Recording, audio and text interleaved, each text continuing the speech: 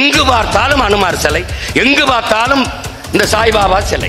தனுஷுங்கிற ஒரு நடிகர், புகழ்பெற்ற நடிகர், தன்னுடைய குலசாமி கோயில்ல போய் கிடாவட்டி பொங்க வைக்கிறாருன்னு குலதெய்வ வழிபாடு ஏறுது. அப்படி போடுவோம்னா பக்தி திருமுத்து திருநகன்னு திருப்புகளை போட்டா ஏறிட்டது. மண்டையில் அடிச்சுக்கிட்டே இருப்பான். டே எடுறா போய் வேலை தூக்குடா, டே எடுறான்னு போய் எடுத்தேன். வேல் வேல் வெற்றி வேல்னு. நீ என்னப்பா இந்து முன்னணியாப்பா? நான் வீர தமிழர் முன்னணிப்பா. போப்பா போட்டு வெளுத்தேன். உங்களுக்கு புரியுது? ஏய் சீமா எந்திரிடா, உன் தாய் மாறா இருக்குனாடா, உனக்கு வலிக்கலையாடா மகனே, போடா எனக்காக கத்துறா கத்துறான்னு. இது என்னென்றால் குலதெய்வ வழிபாடு. இன்னைக்கு வழிபாடுகள் நம்முடைய பாரம்பரிய, நம்முடைய இன வழிபாடு மறைந்து கொண்டிருக்கிறது. எங்கு பார்த்தாலும் அனுமார் சிலை, எங்கு பார்த்தாலும் இந்த சாய்பாபா சிலை, பெரிய பெரிய கோயில்கள். இன்னும் கொஞ்ச நாளில் நம் இறை மறந்து அது வழிபாடா வந்துவிடும். அப்ப இது ஒரு பண்பாட்டு படையெடுப்பு. அதனால் குலதெய்வ வழிபாட்டில் நாம் நிற்கணும், குலதெய்வத்தை கொண்டாடணும், இன தெய்வங்களை போற்றணும். அதுல ரொம்ப கவனமா இருக்கணும். அதை வலியுறுத்தணும்னா ஒரு இளைஞன், இந்த தலைமுறை இளைஞன் குலதெய்வ வழிபாட்டை இலக்கியமாக எழுதும் போது இது போற்றத்தக்கதுன்னு வரும். இது நிராகரிக்கத்தக்கது. இதெல்லாம் பேசுவதா, இதை போய் குலதெய்வத்தை பேசிக்கிட்டு இருக்காரு அப்படின்னு. தம்பி தனுஷுங்கிற ஒரு நடிகர், புகழ்பெற்ற நடிகர், தன்னுடைய குலசாமி கோயில்ல போய் கிடாவட்டி பொங்க வைக்கிறாருன்னு குலதெய்வ வழிபாடு ஏறுது. சீமான் போய் அவனுடைய மகன் மாவீரனுக்கு அவனுடைய குலதெய்வம் வீரமாகாளி கோயில்ல முடியிறக்கி காது குத்து வைக்கிறான்ங்கிற செய்தி வரும்போது ஓ குலதெய்வம் போட்டு அப்படி வருது.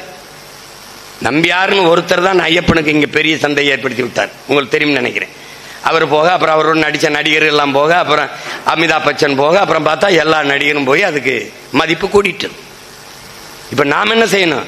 மறைக்கப்பட்ட நம் இன முன்னோர், குல முன்னோரை போற்றி அதுக்கு மதிப்பை கூட்டணும். நீங்க என்ன பாருங்க, சிவனுக்கு 63 நாயன்மார், பெருமாளுக்கு நம்ம பாட்டு திருமாலுக்கு முன்னோன் திருமாலுக்கு 12 ஆழ்வார்கள்.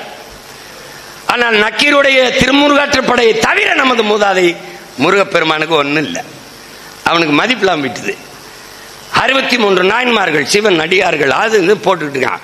ஒரு தேவாரம், திருவாசகம் உங்களுக்கு தெரியும். எங்களுக்கு எல்லாம் இதையெல்லாம் தொகுத்து பெரிய புராணம்னு சேக்கிலார் பெருமான் போட்டு எல்லாம் போட்டு பாட்டிருக்கான். நமக்கு ஒன்றும் இல்லை. நம்மளுக்கு இருக்கிற கோபம் மாதிரி வந்தா நம்மால அருணகிரி நான் நம்ம பாட்டேன் முன்னாடியே.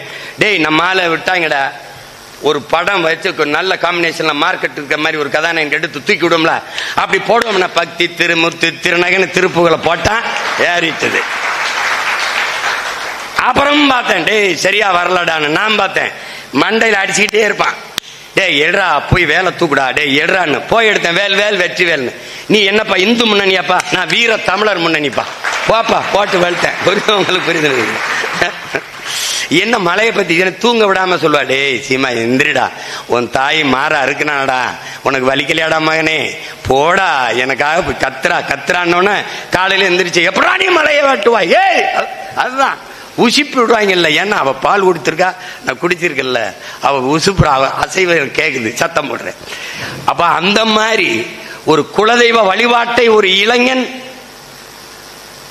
அவனுக்கு எதோ பார்க்கலாம். காதலிக்கு கவிதை கூட எழுதலாம், கற்ற கூட எழுதலாம்.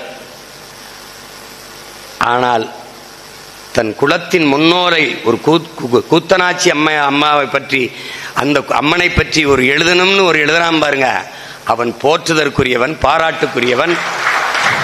இப்படிப்பட்ட படைப்பாளிகளுக்காக தான் தமிழ் பேரினமும் தமிழ் தாயும் தவமிருந்து காத்திருக்கிறார்.